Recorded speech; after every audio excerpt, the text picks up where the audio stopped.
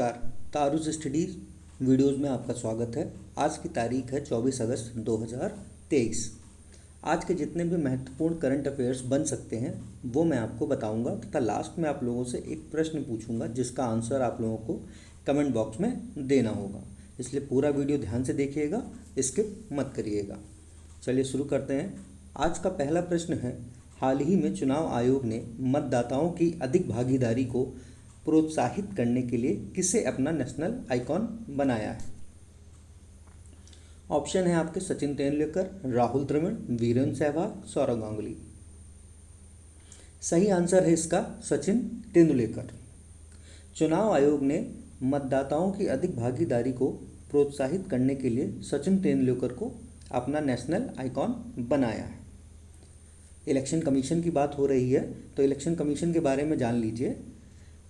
भारत निर्वाचन आयोग या इलेक्शन कमीशन ऑफ इंडिया का गठन भारत में स्वतंत्र एवं निष्पक्ष रूप से भारत में लोकसभा, राज्यसभा और राज्य विधानसभाओं, देश के राष्ट्रपति एवं उपराष्ट्रपति के चुनावों का संचालन करने के लिए किया गया है। इसका राज्यों में पंचायतों और नगर पालिकाओं के चुनाव से कोई संबंध नहीं है। भारत का संविधान इसके लिए एक अलग राज्य निर्वाचन आयोग, जिसे स्टेट इलेक्शन कमीशन भी बोलते हैं, का प्रावधान किया गया है। भारतीय चुनाव आयोग की स्थापना 25 जनवरी 1950 को की गई थी तथा आयोग का सचिवालय नई दिल्ली में स्थित है। चुनाव आयोग भारतीय संविधान के भाग 15वें में अनुच्छेद 324 से 329 के मध्य आता है। ये इनसे संबंधित मामलों के लिए एक अलग आयोग की स्थापना करने का प्रावधान भी करता है। आयोग में वर्तमान समय में एक मुख्य चुनाव आयुक्त और 2 चुनाव आयुक्त होते हैं, जिनकी नियुक्ति भारत के महामहिम राष्ट्रपति करते हैं। मुख्य चुनाव आयुक्त का कार्यकाल 6 वर्ष या 65 वर्ष जो पहले हो का होता है, जबकि अन्य चुनाव आयुक्त का कार्यकाल 6 वर्ष या 62 वर्ष की आयु का जो पहले हो का होता है। चुनाव आयुक्त का सम्मान और वेतन भारत के सर्वोच्च न्यायालय के न्यायाधीश के समान होता है। मुख्य चुनाव आयुक्त को संसद द्वारा महाभियोग की प्रक्रिया चलाकर ही हटाया जा सकता है।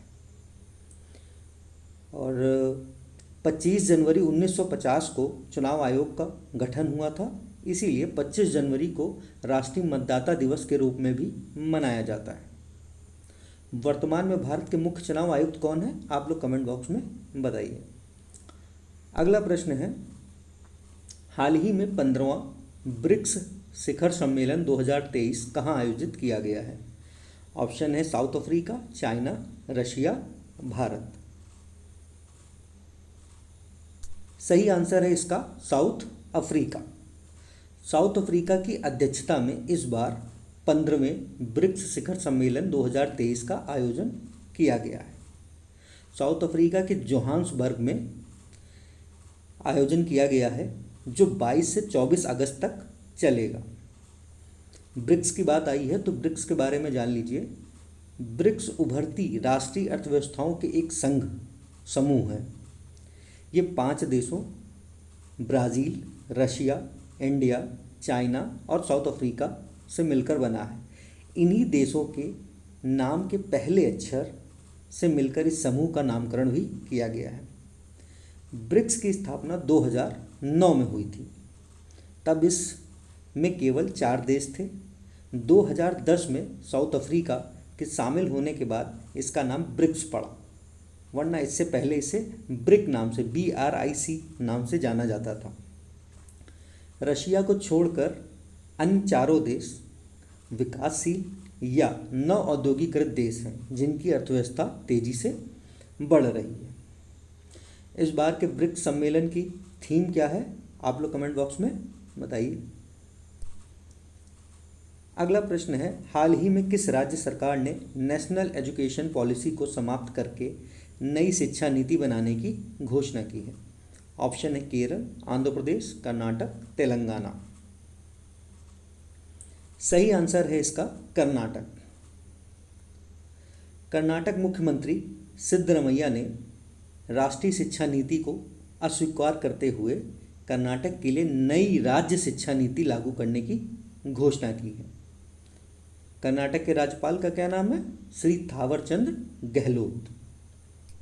अगला प्रश्न है, हाल ही में किस राज्य सरकार ने सीखो कमाओ योजना की शुरुआत की है? ऑप्शन है मध्य प्रदेश, उत्तर प्रदेश, राजस्थान, छत्तीसगढ़। मध्य प्रदेश के मुख्यमंत्री शिवराज सिंह चौहान ने मुख्यमंत्री सीखो कमाओ योजना का शुभारंभ किया है। इस योजना से युवा हर माह 8 से 10,000 रुपये कमा सकते हैं। योजना के प्रथम चरण में सरकार 1 लाख युवाओं को रोजगार के लिए कौशल प्रशिक्षण देने का टारगेट रखा है। 18 से 29 वर्ष की आयु का प्रत्येक युवा जो मध्य प्रदेश का स्थायी निवासी होगा या जिसकी शैक्षणिक योग्यता 12वीं/ITI उत्तीर्ण या उससे हायर की होगी, वे इस योजना का फॉर्म भर सकते हैं। शैक्षिक योग्यता के आधार पर उनको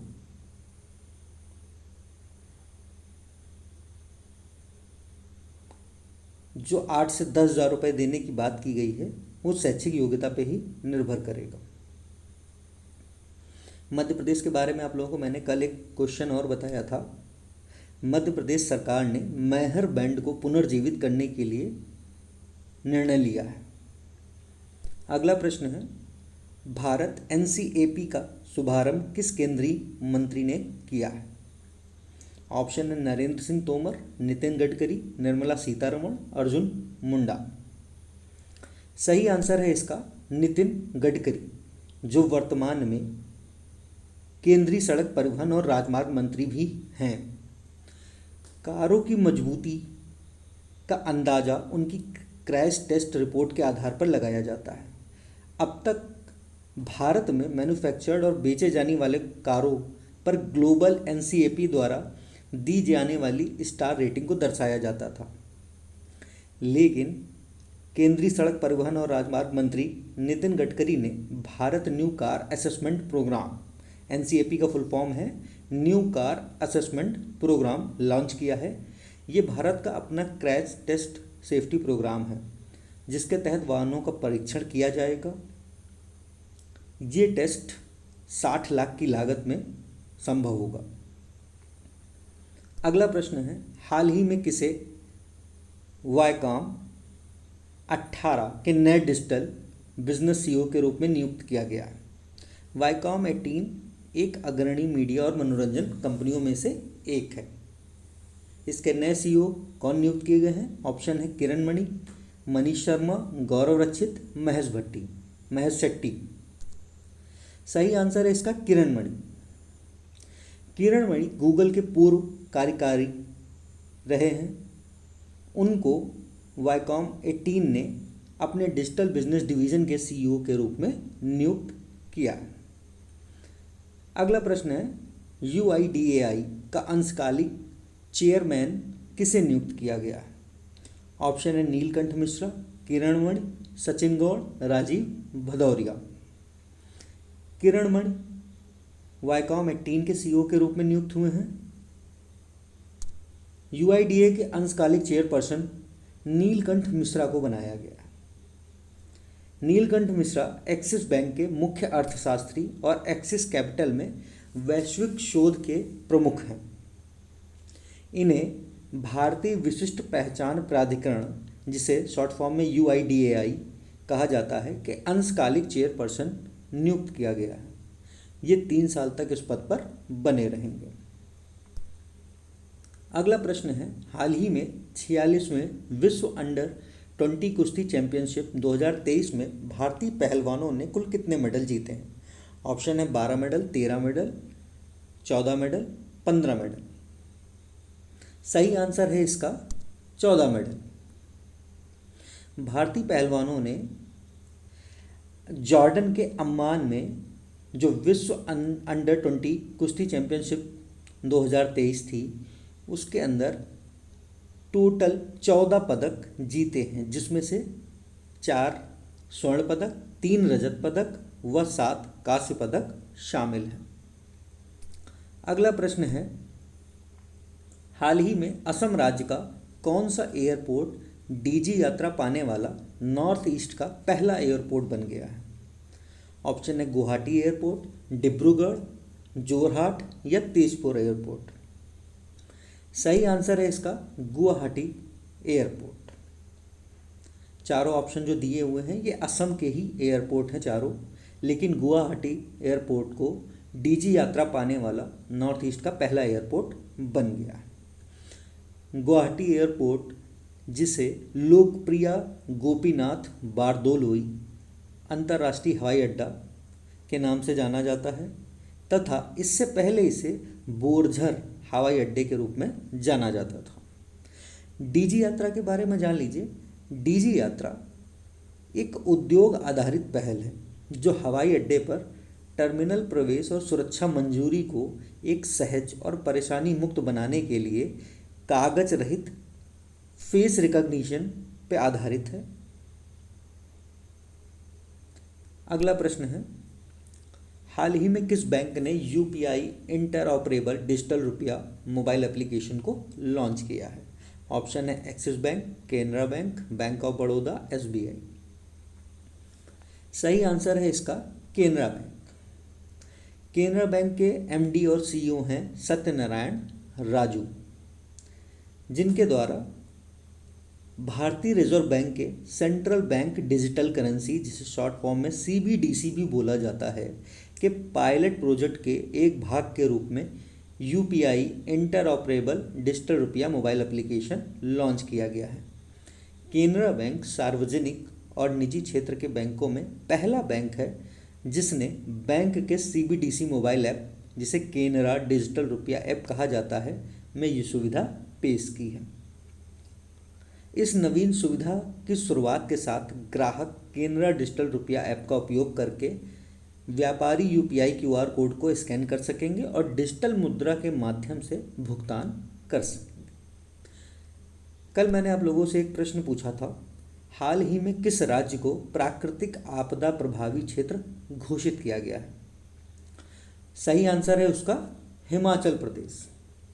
हिमाचल प्रदेश में भारी बारिश से हुए नुकसान के चलते हिमाचल राज्य सरकार ने प्रदेश को प्राकृतिक आपदा प्रभावित क्षेत्र घोषित कर दिया है। हिमाचल को प्राकृतिक आपदा प्रभावित क्षेत्र घोषित करने के बाद अब राज्य सरकार की पहली प्राथमिकता प्रदेश को इस आपदा से उबारने की रहेगी। आज का प्रश्न है, भारत एनसीएपी का शुभारंभ किस केंद्रीय मंत्री ने किया है? 4 ऑप्शन दिए गए हैं, आप लोग अपना आंसर कमेंट बॉक्स में दीजिएगा। पूरा वीडियो देखने के लिए धन्यवाद। ऐसे ही वीडियो प्रतिदिन देखने के लिए चैनल को सब्सक्राइब करें। आपका दिन शुभ हो। और पीडीएफ प्राप्त करने के लिए डिस्क्रिप्शन बॉक्स में टेलीग्राम लिंक को फॉलो करें।